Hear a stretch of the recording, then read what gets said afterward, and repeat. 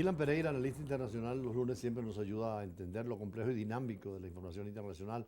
Y precisamente, Dylan, hoy viendo el Medio Oriente hay una serie de variables que no son solamente la de la guerra en sí, sino también la variable petrolera, la variable religiosa, la variable diplomática, la incursión de las potencias. Es decir, es un problema muy complejo donde pega inclusive en América Latina y en un país petrolero como Venezuela. Absolutamente, embajador. De hecho, la geopolítica de las religiones subyace en todo el conflicto entre Israel y Palestina. Vemos un esfuerzo mancomunado de Occidente de mantener, si de una forma u otra, la contención a las fuerzas de Israel, que han tenido una operación significativa en las últimas horas sobre la Franja de Gaza. Se está construyendo una suerte de refugio humanitario al sur de la franja, pero es realmente complejo imaginar cómo se pueden contener a 2 millones de personas en menos de 150 kilómetros cuadrados, que es lo que está previsto. Hay un tema fundamental que es los esfuerzos diplomáticos que ha liderado este fin de semana el secretario de Estado Antonio Blinken, que comenzaba una gira en el Medio Oriente, partiendo de Jordania con el rey Abdullah II, donde se ha mantenido de una forma u otra el apoyo al envío de ayuda humanitaria a la Franja de Gaza. Jordania ha sido un actor clave, pero con paradas importantes también en Irak, en Chipre y por último también en Tel Aviv, en Israel, donde se está manteniendo el apoyo y la cooperación militar hacia Israel, pero también, por otra parte, apelar por una solución de 2 estados en el marco del multilateralismo de Naciones Unidas. Claro, como tú señalas, la variable religiosa es muy importante por Irán, el chiismo, y Arabia Saudita en el sunismo, que son dos potencias regionales, pero es que también en Jerusalén están allí los centros de las 3 grandes religiones, el Islam, el judaísmo y el cristianismo, y eso complica también la situación. De hecho, embajador, en la solución de los 2 estados, que es la visión de Naciones Unidas, que ha sido respaldada en las últimas semanas tanto por la administración Biden como por el primer ministro británico Rishi Sunak, Emmanuel Macron, la Unión Europea mantienen su respaldo a la solución de 2 estados. De hecho, en este momento Biden ha tenido incluso su administración a través del secretario de Estado en Turquía la posibilidad que Ankara sea un mediador en esta solución de 2 estados que contemplan el mutuo reconocimiento tanto de Palestina como de Israel como estados independientes, soberanos, con una integridad territorial. Sabemos que el caso palestino, el futuro de Cisjordania y de Gaza, pues mantendría probablemente un estado con una discontinuidad territorial, y se planteaba ya en la época de los acuerdos de Oslo la ejecución de una tercera entidad que controlase de forma autónoma la ciudad de Jerusalén, con un estatuto especial dividiendo Jerusalén Este y Jerusalén Oriental, capital dividida para ambas naciones. Y de hecho creo que ha sido una de las posiciones que ha respaldado el secretario Blinken en su encuentro con Mahmoud Abbas en Ramallah, apoyando también la posibilidad que la autoridad palestina sea capaz de una forma u otra de inferir en la actitud de los terroristas de Hamas.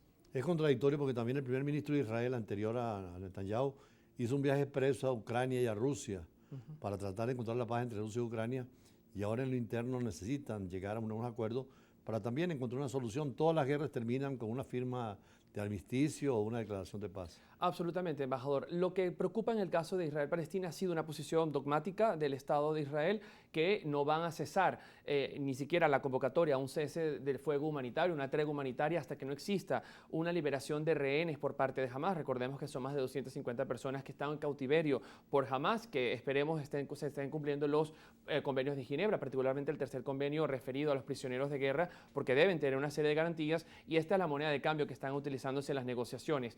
Pero las opciones de mediación están cada vez más debilitadas, porque Turquía, que pensábamos que tenía una capacidad de interlocución bilateral tanto con Palestina como con Israel, retiró hace menos de un año a su embajador en Tel Aviv, poco tiempo después de haber reanudado las relaciones diplomáticas, y la posibilidad también de la Unión Europea de tener una incidencia mayor en el mundo árabe es muy baja. Estados Unidos es el que está liderando en este momento los esfuerzos diplomáticos, su gira por el mundo árabe lo ha confirmado, y confiamos que algunos actores locales específicos, como es el caso de Jordania, puedan tener una capacidad de incidencia. Por un lado, para agilizar el ingreso de ayuda humanitaria, la apertura de corredores humanitarios hacia Egipto, y también por el otro, mantener una posibilidad de una tregua humanitaria que abra paso a las negociaciones políticas de paz. Egipto tuvo guerra con Israel y demostró que se puede llegar a tener relaciones, inclusive frontera común, sin ningún conflicto. Lo mismo Marruecos tiene relaciones con Israel. Turquía las tuvo siempre, desde que se proclamó la República, siempre estuvo de parte de las minorías en el mundo, y cuando se creó el Estado de Israel estuvo de acuerdo. Lo importante es tener una mirada más amplia para evitar el sectarismo y, lo que tú decías, visión dogmática. Hay que aceptar la existencia de los pueblos y su pluralidad, y reconocer al otro con sus valores y sus méritos. Absolutamente, embajador. Y esa amplitud va complementada de un pragmatismo de las relaciones internacionales. Lo que guió en su momento los acuerdos de Camp David, que permitió el reconocimiento por primera vez de un Estado árabe, como era el caso de Egipto, reconociendo al Estado de Israel y además planteando la renegociación de lo que había sucedido con la península del Sinaí tras la guerra de los 6 días, es el ejemplo, la filosofía del pragmatismo en las relaciones internacionales, en ese momento respaldadas por las superpotencias, como es el caso de Estados Unidos y la antigua Unión Soviética. Hoy China y Estados Unidos también tendrán papel preponderante en estas negociaciones porque hemos visto una actitud de Pekín cercana a la causa palestina, pero sin tomar demasiados riesgos en una prudente ambivalencia ante las declaraciones que han hecho frente a la guerra. Bueno, Venezuela cuando se creó la posibilidad de tener dos estados, uno Israel y otro Palestina, nuestros representantes votaron en la fundación de estos estados por la creación de dos estados independientes.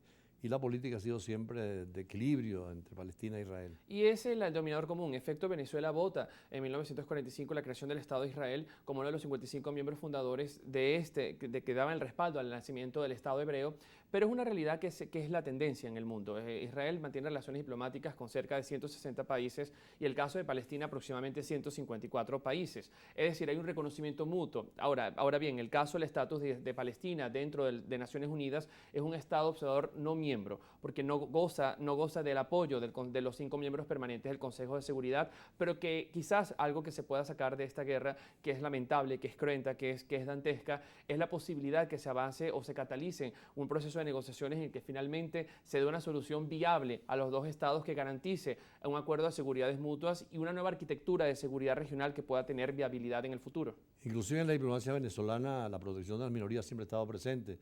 De hecho, desde el presidente Caldera se reconoció al pueblo saharaui que abandonó España cuando se fue de África y hay relaciones tanto con los saharauis como con Marruecos, a pesar de que ellos en sí están confrontados. Y nuestra diplomacia embajadora ha tenido siempre una gran habilidad, sobre todo en la década de los años 80, los años 90, en el que teníamos relaciones tanto con el mundo chiita, por ejemplo, con una embajada en Teherán, con capacidad, pero al mismo tiempo también unos fuertes vínculos con Arabia Saudita, ser el mayor productor de petróleo del mundo. Y nuestro enclave geopolítico es fundamental. Venezuela tiene una cuota de participación nada despreciable en los mercados petroleros internacionales, con una posición geopolítica en el hemisferio occidental que es fundamental para los intereses de Estados Unidos, de la Unión Europea, por la cercanía geográfica, pero también como un enclave de seguridad regional. Y hemos visto sí una fragmentación importante al interior de América Latina al posicionarse sobre el conflicto árabe-israelí. De hecho, hemos visto cómo recientemente incluso Bolivia rompía relaciones diplomáticas con Israel, algo inédito, y el caso de Chile o México también han tenido una mayor